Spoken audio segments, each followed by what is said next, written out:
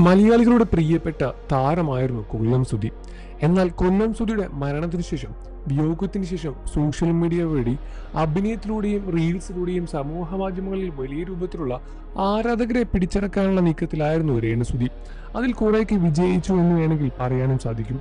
ഇന്ന് സോഷ്യൽ മീഡിയയിൽ ശ്രദ്ധ നേടുന്ന താരമായി രേണുസുധി മാറിക്കഴിഞ്ഞു. എന്നാൽ ആരാധകർ രേണുസുധിയെ പ്രശംസിക്കുകയാണോ വിമർശിക്കുകയാണോ ചെയ്യുന്നതെന്ന് ചോദിച്ചാൽ കൂടുതലായും വിമർശിക്കുക എന്ന് തന്നെ പറയാൻ സാധിക്കും. കാരണം അനവധി വിമർശനങ്ങൾ തന്നെയാണ് രേണുസുധിയെ തേടി എത്തിക്കൊണ്ടേയിരിക്കുന്നത്. ഇപ്പോൾ ഇതാ എക്സ്ക്ലൂസീവ് കണ്ടന്റ് സോഷ്യൽ മീഡിയ വഴി പ്രചരിപ്പിക്കാൻ തുടങ്ങിയ ശേഷം രേണുസുധിക്ക് വിമർശനത്തിന്റെ അളവ് കൂടിക്കൊണ്ടേയിരിക്കുകയാണ്.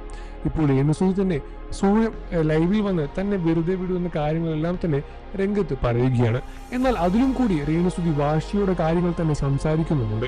ഇടയ്ക്ക് രേണു എന്ന് പറയും, എന്നെ വെറുതെ വിടൂ, എന്നെ ഒന്ന് ജീവിക്കാൻ അനുവദിക്കൂ എന്ന് പറയുമ്പോൾ മറുഭാഗത്ത് രേണുസുധി, ഞാൻ ഇനിയും എന്നെ എക്സ്ക്ലൂസീവ് കണ്ടന്റ് ഇടുക തന്നെ ചെയ്യും, നിന്നെയൊക്കെ ചെയ്യാൻ പറ്റുന്നത് ചെയ്യടാ എന്ന് പറയുന്ന ആളുകളാണ് രേണുസുധി. എന്നാൽ ഇതിന് രണ്ട് വശമുണ്ട്.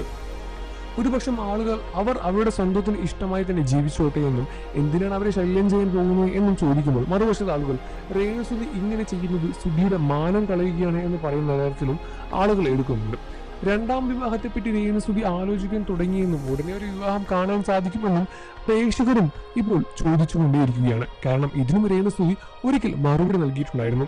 താൻ രണ്ടാമതൊരു വിവാഹത്തെപ്പറ്റി ചിന്തിക്കാൻ തുടങ്ങി എന്നും ജീവിതത്തിൽ ഒരു കൂട്ടു വേണമെന്നെല്ലാം തോന്നിയെന്നെല്ലാം തന്നെ സോഷ്യൽ മീഡിയ വഴി രേണുസുധി പുറത്തുവിട്ടതാണ്. അതുകൊണ്ട് തന്നെ പുതിയൊരു വിവാഹം ഉടനെ ഉണ്ടാകും എന്ന കാര്യത്തിൽ വലിയ രൂപത്തിലുള്ള തർക്കങ്ങളൊന്നുമില്ല. എന്നിരുന്നാലും ആരാണ് വരൻ എന്നും പ്രേക്ഷകരും ചോദിക്കുന്നുണ്ട്. ഇതിനിടയിലാണ് ഒരുപാട് സ്ക്രീൻഷോട്ട് വിവാദങ്ങളും പുറത്തു വരുന്നത്.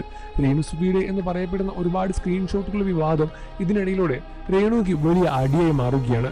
അതിലൂടെ ആൽബത്തിന്റെ വിവാദങ്ങളും മൊത്തത്തിൽ നോക്കിയാൽ വലിയൊരു വിവാദങ്ങൾ തന്നെയാണ് രേണുസുധിയെ കുറച്ചു കാലമായി തേടി വന്നുകൊണ്ടേയിരിക്കുന്നത്.